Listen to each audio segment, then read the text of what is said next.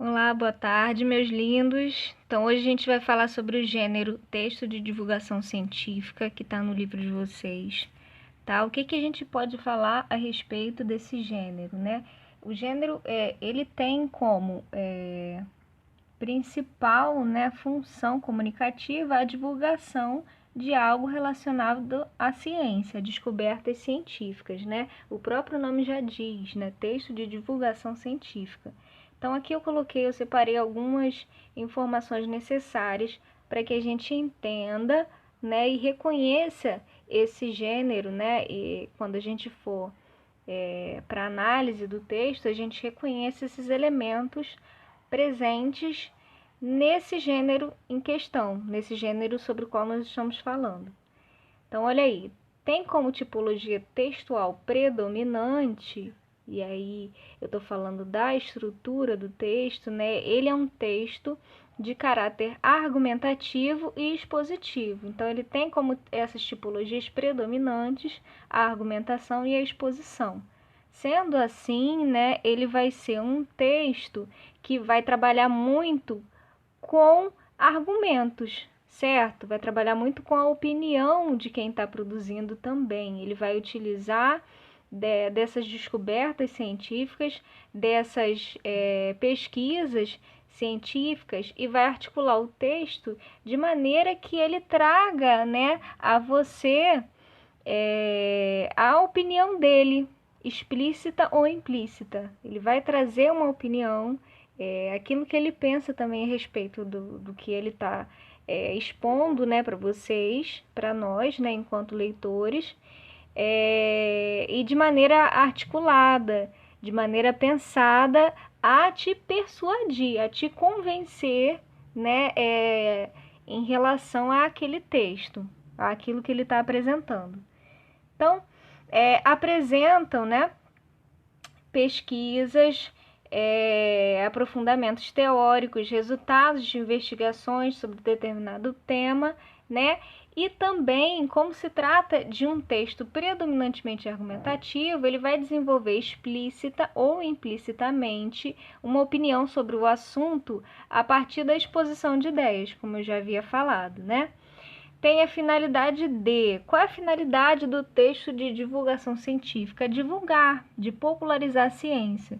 Nós sabemos que os textos científicos, eles não são circulados da forma que os outros textos são, né? Ou deveriam, né? Na verdade,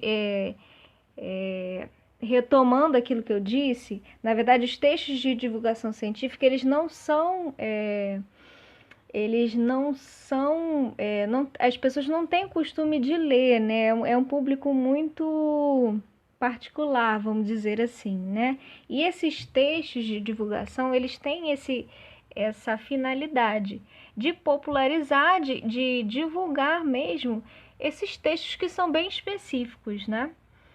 Tem como características, prestem atenção, a linguagem clara e objetiva. Não tem como colocar gíria, não tem como colocar expressões coloquiais. É um texto sério, né? Um texto que tem que ter uma linguagem clara, porque eu tenho que entender aquilo que está sendo dito. E quando eu digo linguagem clara e objetiva, é aquilo que todo mundo entende a mesma coisa, né? Eu vou ler, eu vou entender de um jeito, a pessoa que está lendo do meu lado, ela vai entender aquilo que eu entendi, porque não é um texto que apresenta, né, que produz efeitos diversos, que produz, como é que eu posso dizer, né? Não é um texto que vai ser passível de várias interpretações, não. O texto claro e objetivo é aquele que todo mundo entende a mesma coisa, né? Bom, a linguagem impessoal, e aí eu tô falando quando eu digo impessoal, a pessoa, né, o escritor, ele não se põe, não se coloca de maneira explícita no texto. Ele vai aparecer sim, né? A gente vai entender qual é a opinião dele, mas é de uma maneira, como é um texto objetivo, então ele vai se colocar como se ele tivesse distante do texto. Isso também é uma articulação da linguagem também, né? Uma forma, um efeito de sentido que o escritor quer produzir no texto de maneira intencional. Ele tem o objetivo mesmo de fazer com que você perceba que aquilo não é a ideia da cabeça dele, que um texto sério, né? Um texto de tanta seriedade, né? Não pode ser, digamos, né? Uma lorota, não pode ser coisa da cabeça dele, né? Tem que ser uma coisa bem afastada do pessoal, né?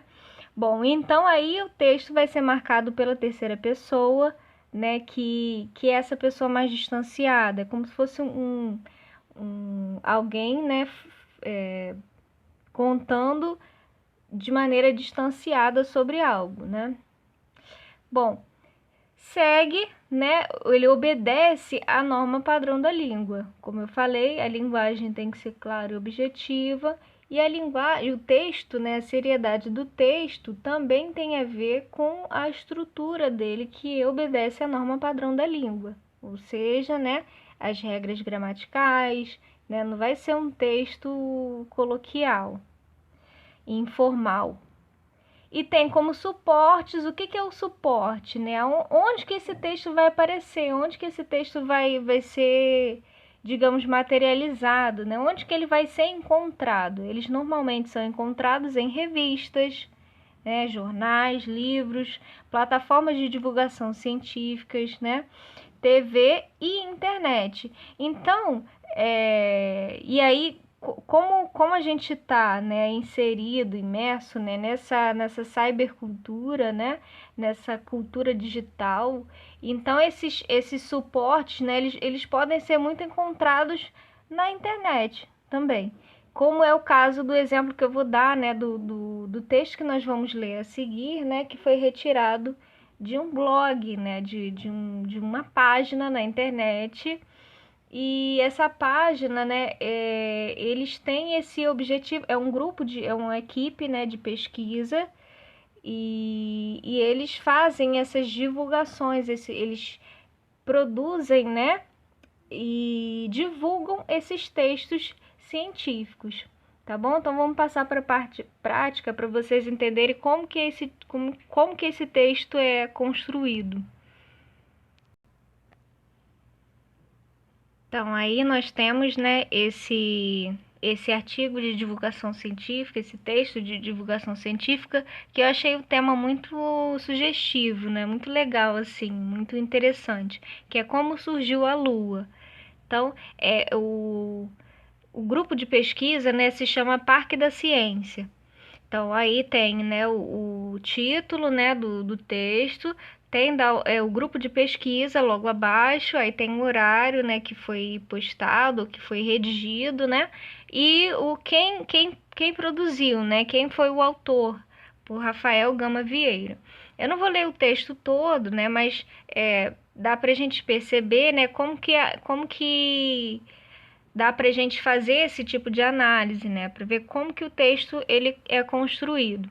Então, sabemos que a Terra possui um satélite natural chamado Lua. Este satélite orbita nosso planeta em ciclos de aproximadamente 29 dias, passando por 4 fases: cheia, quarto minguante, nova e quarto crescente. Mas qual é a origem deste satélite? Como surgiu a Lua e quais os efeitos que ela causa em nosso planeta? Tá vendo? Ele já começa a colocar, né? Aqui em cima, ele já fala algo que é mesmo, faz parte, né? Das pesquisas científicas, do conhecimento, né? Das pesquisas que foram feitas a respeito da Lua. Então, ele já começa já colocando fatos, né?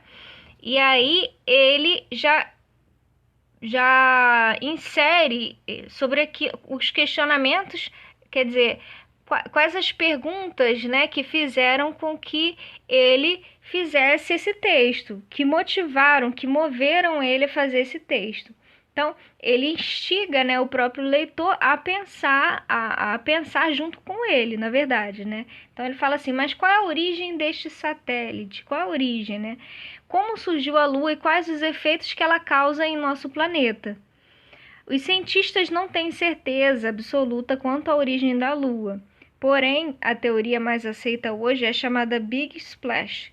Segundo esta teoria, há aproximadamente 4 bilhões de anos, período adiano, né? Um objeto do tamanho de Marte, denominado Theia, colidiu com o nosso planeta, fazendo com que parte dele fosse lançado no espaço. A colisão fez com que o planeta Theia vaporizasse completamente, assim como a atmosfera da Terra. Toda essa matéria deslocada forma anéis parecidos com os de Saturno, que após um longo tempo, né, começa a obter uma forma esférica que fica presa no campo gravitacional terrestre. Surge então a nossa Lua. Aí ele já explica, né, já explica de uma maneira mais voltada, né, para os conhecimentos científicos que ele tem, né, a respeito do surgimento da Lua. Agora, a Terra e a Lua formam um sistema. Logo que nosso satélite foi formado, ele estava mais próximo do planeta e isso fazia com que a velocidade de rotação dos dois fosse maior. Há mais ou menos 400 milhões de anos, período devoniano, a duração de um dia era aproximadamente 21 horas. Conforme a distância entre os dois aumenta, a velocidade de rotação diminui devido à conservação de momento angular. Hoje a Lua encontra-se a aproximadamente 385 mil quilômetros da Terra, tendo como periélio a distância aproximada de 355 mil quilômetros e de afélio aproximadamente 406 mil. Então, olha os termos que ele usa, né? Periélio, afélio, né? Tem aproximadamente um quarto do tamanho da Terra e um sexto da sua gravidade. Então, quem tem um domínio, né, desses termos, né, vai saber dominar muito bem, interpretar muito bem, conseguir entender, né, esse texto, na verdade. Então, quem não tem conhecimento, né, sobre o assunto, vai ter que dar uma pesquisada no dicionário para saber, né, alguns termos que são usados aqui. Devido à sua massa e distância da Terra, a Lua exerce uma força de atração sobre o planeta, causando então os efeitos de marés. Porém, não é apenas a Lua que causa este efeito, mas também a atração gravitacional exercida pelo Sol. Aí ele apresenta uma figura, né? E aí o texto ele vai trazendo várias informações sobre que vai basicamente respondendo àquelas indagações do início. Aí ele fala do porquê das crateras da Lua, né? Posso até colocar esse link lá para vocês lerem o artigo todo, tá? Esse texto todo aqui. Aí ele fala assim, como seria se os planetas do Sistema Solar estivessem no lugar da Lua, né? Aí na figura 2 vemos um exemplo de Saturno no lugar da Lua. Olha aqui como é que ficaria, né? Olha, o Saturno é muito grande em relação à Lua, né? Olha como é que a gente veria, né? Se estivesse no lugar da Lua, né? Como é que a gente veria o planeta se Saturno fosse posicionado no lugar da Lua? Olha que visão nós teríamos, né? Impressionante. Então aí ele termina um artigo. Ele utiliza, né, como é um texto expositivo, ele é rico de imagens, né, para ajudar, né, a entender mais sobre o texto. E aí ele utiliza as referências, né, as referências que foram, que ele pesquisou, na verdade, né. Olha as referências que são interessantes aí, né, Infoescola, a National Geographic, né, que são fontes confiáveis, né, seguras. Tem o Astro IFEM, né, dessa universidade aí, né. Então são fontes assim, até as próprias referências, né, já trazem a gente já consegue perceber que a seriedade, né, a seriedade do texto divulgado, certo, gente? Então aí, essa foi a primeira aula sobre esse gênero, tá? Eu peço que vou mandar o link para vocês, e aí vocês podem ler na íntegra, né? Esse artigo que é muito interessante. Além disso, tem outros artigos também muito interessantes, tá? Então, essa é a nossa aula de hoje. Espero que vocês tenham gostado. Qualquer dúvida, vocês podem me mandar mensagem, né, via e-mail. Tá bom, gente? Beijos, fiquem com Deus. Tchau, tchau.